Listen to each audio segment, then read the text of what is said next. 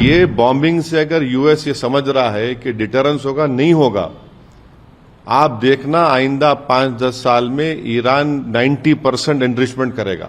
इसीलिए पाकिस्तान ने Nobel peace prize के लिए कहा था, और इसीलिए क्या उनका जो जनरल था जाकर ट्रंप के पास बैठकर खाना खाया था। पाकिस्तान के देखिए, पाकिस्तान ने फॉर्मल कहा ना कि हम ट्रंप के लिए नोबेल पीस प्राइज बोलेंगे, तो क्या इन्होंने इसीलिए कहा था, इसीलिए कहा कि उनको नोबेल पीस प्राइज मिलना चाहिए इस आदमी को, इस प्रेसिडेंट को, जिसने अपने ही देश के संविधान का वायलेशन किया, यूनाइटेड नेशन चार्टर का वायलेशन किया, इंटरनेशनल लॉ का वायलेशन किया। जो आज यूनाइटेड स्टेट्स ने जो बॉम्बिंग की है वो इंटरनेशनल लॉ का वायलेशन है, वो यूनाइटेड नेशंस के चार्टर का वायलेशन है, एनपीटी का वायलेशन है, और खुद यूनाइटेड स्टेट्स का जो उनका संविधान है यूएस का कि बगैर कांग्रेशनल परमिशन के वो जंग नहीं कर सकते बॉम्बिंग, उन्होंने उसका वायलेशन किया। और उन्हीं का इंटेलिजेंस डिपार्टमेंट, यूएस का इंटेलिजेंस डिपार्टमेंट ने कहा कि ईरान तो न्यूक्लियर वॉरहेड वेपन्स के करीब नहीं था। तुलसी गबार्ड का स्टेटमेंट है। ये सिर्फ एक फसाड क्रिएट किया गया। मकसद एक ही है कि इजराइल जो बेंजामिन नेतन्याहू जो फलस्तीनियों का एक खस्साब बन चुका है, बुच्चर बन चुका है, जो जेनोसाइड हो रहा है, एथनिक क्लेंसिंग हो रहा है, उसको कवर अप करने के लिए किया गया। फिर 55,000 लोग मारे गए, अभी मर रहे हैं वहां पर, आप उसकी बात नहीं करते। तो ये बॉम्बिंग से अगर यूएस ये समझ रहा है कि डिटरेंस होगा, नहीं होगा। आप देखना आइंदा 5-10 साल में ईरान 90% एनरिचमेंट करेगा।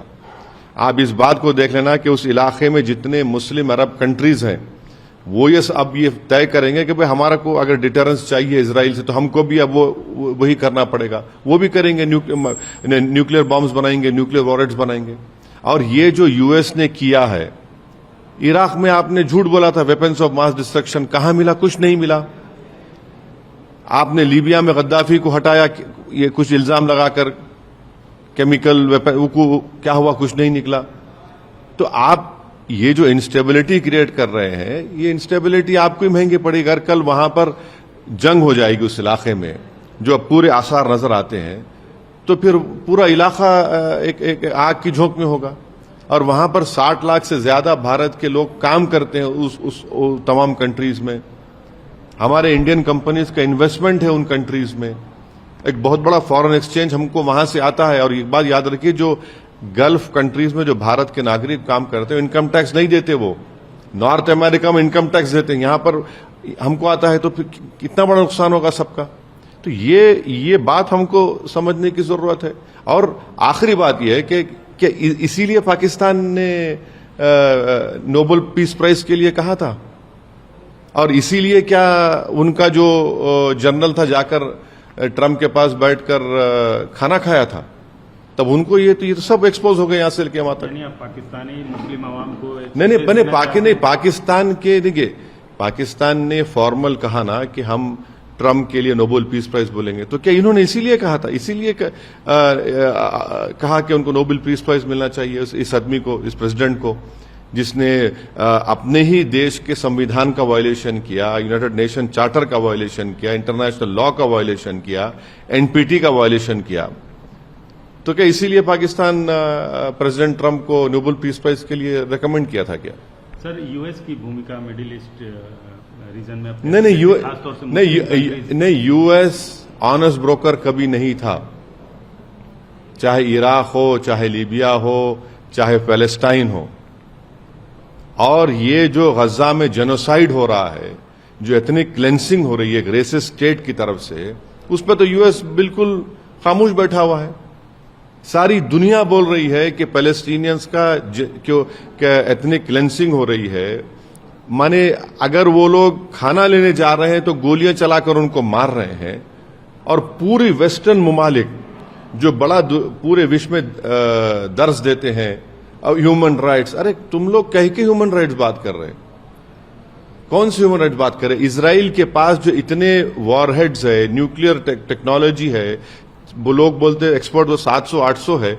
इजराइल ना एनपीटी का मेंबर है, इजराइल आईएईए को अलाउ नहीं करता, आप उसके न्यूक्लियर जो बनाकर बैठा हुआ इतने वर्षों से उस पर कोई बात ही नहीं करता। तो ये इनका डबल स्टैंडर्ड है, इनकी हिपोक्रेसी है। सर, इजराइल के प्रधानमंत्री ने ट्रंप की तारीफ की है, बोला है कि ये कार्रवाई इतिहास बन गई है। इतिहास यही बताएगा कि अगर जंग शुरू हो गई, जिस तरह इराक में हुआ था, इस तरह अगर जंग शुरू हो गई तो नुकसान खमियाजा कौन भुगतेगा? कितने मासूम लोग मारे जाएंगे? इसमें भारत के लिए परेशानी हो जाएगी। ये नहीं तो इतिहास ये जरूर लिखेगा कि बेंजामिन नेतन्याहू फलस्तीनियों का बुचर था, जिसने गज्जा में 55,000 फलस्तीनियों को उनका जेनोसाइड किया, एथनिक क्लेंसिंग कर रहा है। वो तारीख में जरूर लिखा जाएगा। भारत का ईरान से, यूएस से और इजराइल से जो स्ट्रेटेजिक पार्टनरशिप है, इस सिचुएशन अरे हम ईरान में छाबार पोर्ट बना रहे हैं, 20 साल उसको ऑपरेट करेंगे। हम पाकिस्तान को बाईपास कर अफगानिस्तान में उनकी मदद करेंगे। तो हम उम्मीद करते हैं कि भारत सरकार इसका नोट ले, इसका कंडेम करे। ऐसा तो हम पॉलिसी हमारी कुछ तो वाज़ेह साफ पॉलिसी होनी चाहिए हमारी इसके ऊपर।